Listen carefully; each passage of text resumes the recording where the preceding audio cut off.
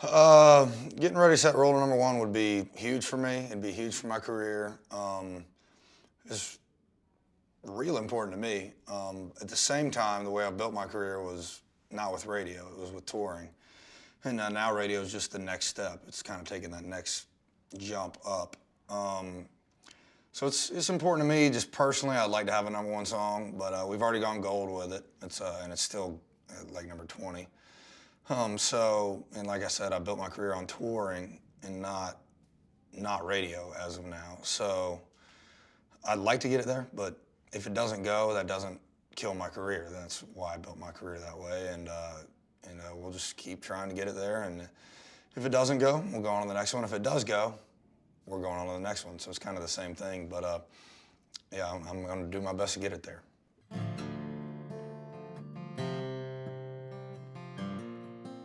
Someone who leaves me starstruck, that'd be real hard to do now because I've seen people touch my hand and freak out, scream. They look at their friend, oh my God, I touched his hand. So I see people react that way to me, and I know me. I've lived with me for 28 years. I'm not close to that important. So I've kind of seen it from this side now, but which allows me to think of it when I see, I don't know, Garth Brooks, Tom Cruise, whoever it is. I say Tom Cruise because Top Gun's like my favorite movie of all time. But like if let's throw Tom Cruise out there. If I see him, I'm gonna think in my head, okay, if I go up and get a picture with him or even touch him, am I gonna fangirl?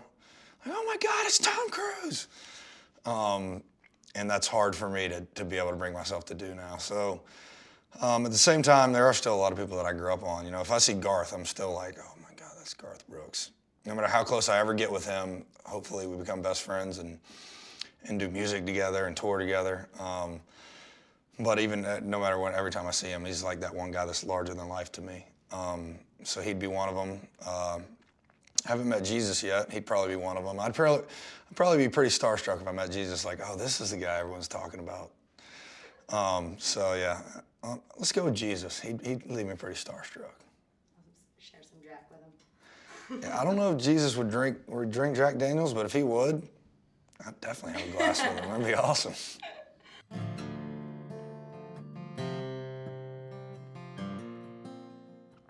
I think the country music business is a competition 2 or 3 days a year. And that's the ACM Awards, the CMA Awards, whatever award show. That's when it's a competition. You're trying to win something. For me, the rest of the year, no.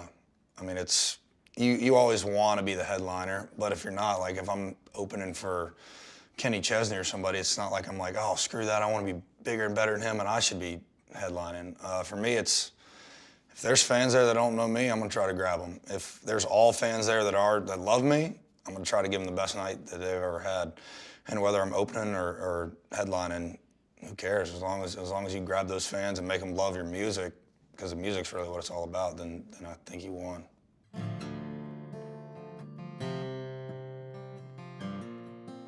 They're gonna learn that I like to party.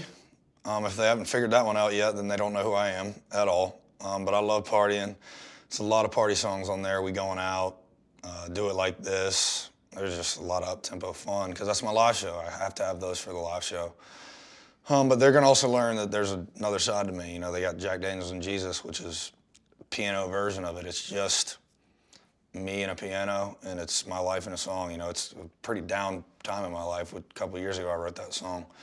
Then there's a more meaningful song, Carolina Can. It's about my life growing up in Carolina, and now it's so crazy the way it is. But when I need someone to remind me who I am, Carolina Can, going home kind of song.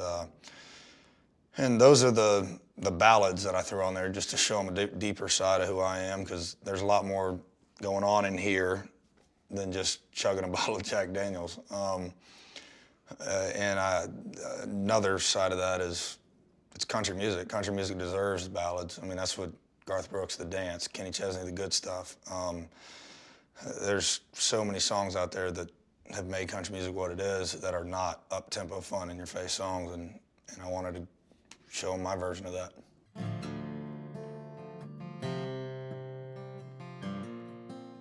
Since the success is coming, and we started actually being able to pay my bills. The only thing I've bought is a '85 Chevy Silverado. That's the same year I was born.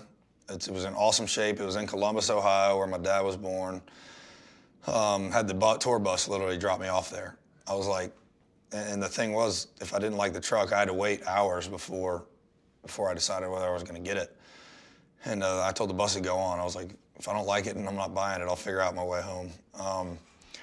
Loved the truck. As soon as I saw it, I was like, this is it. Bought it. And that's really the only thing I've bought. It was an '85 Silverado. I'm a truck guy. I lifted it up a little bit, put some bigger tires on it, but it still looks like a classic Silverado, and that's really it right now. I want to buy a house, but I'm home probably 12 days a year, so why would I buy a house right now? Eventually, I'll get to the house, the boat. 10 houses? I'm just kidding. I'm down. You're gonna have to help me buy them, though. I ain't got that kind of money. Each corner of the world. That's the idea, but right now I'm gonna try to find one house in Nashville. That's a good idea. And I'll work on that later, though. Right now it's about music, and I'm never there anyway, so I'll stay in the place I'm at.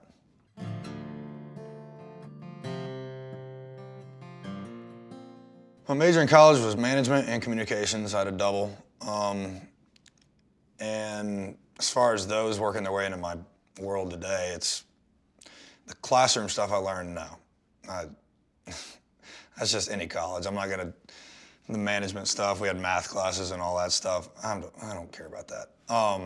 The biggest stuff I learned in college was the real life stuff. Learning how to communicate with people, learning how to be away from your parents.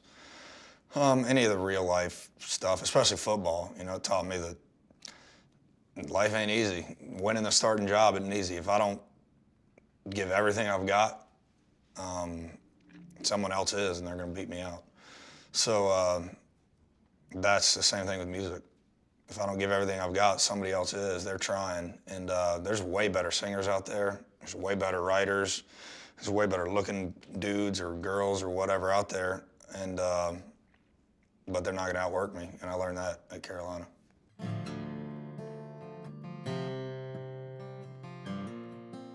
For one season in the NFL, would I trade out everything I've done musically? Oof. Do I get to be a first-round draft pick of that season? Sure. Yeah, I still probably wouldn't do it, even though that'd probably make me about $40 million. Nah, just because I'm having fun doing what I'm doing. And I got a lot of buddies in the NFL. I love football, love everything I learned from it. Wish I could have played in the NFL, even if it was just one game. But I got hurt, couldn't do it. But at the same time, George Strait just turned 60 a couple years ago, and he's still rocking. I'd give you a whole lot of money if you could find a football player that's still playing at 60 years old. The lifespan of this is a lot longer than the NFL, so I'll stick with this.